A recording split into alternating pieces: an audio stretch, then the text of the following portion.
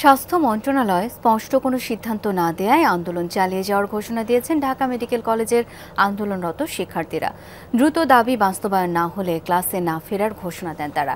সচিবালয়ে প্রধান উপদেষ্টার বিশেষ সহকারী অধ্যাপক সাইদুর রহমানের সাথে বৈঠক শেষে এসব কথা জানান শিক্ষার্থীরা।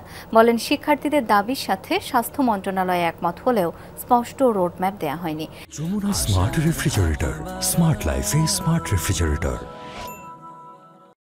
এ সময় ঢাকা মেডিকেল কলেজের ফজলে রাব্বি হলের সহকারী প্রভোস্ট ডাক্তার শহীদুল ইসলাম আকন বলেন, শিক্ষার্থীদের দাবি যৌক্তিক, হলগুলো বসবাসের অনুপযুক্ত।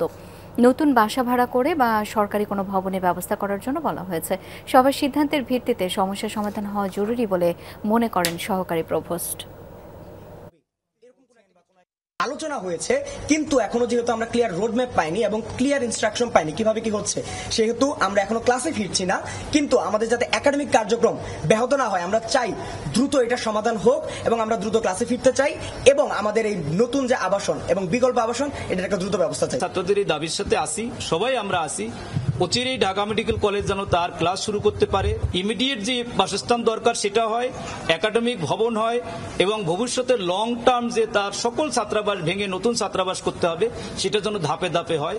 আশু যেন এর একটা সমস্যার সমাধান হয়।